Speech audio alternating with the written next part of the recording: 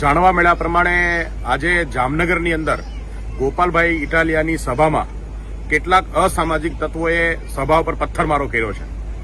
આ ખૂબ જ નિંદનીય અને બહુ હલકી કક્ષાનું કૃત્ય છે।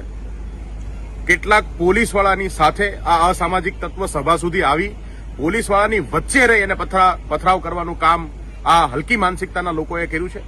હું સીધું કહેવા માંગુ છું કે હર્ષ સંઘવીએ ગોપાલ ઇટાલિયાની સભામાં પોલીસવાળાની સાથે રહી અને આ હુમલો કરાવવાનું કૃત્ય કર્યું છે।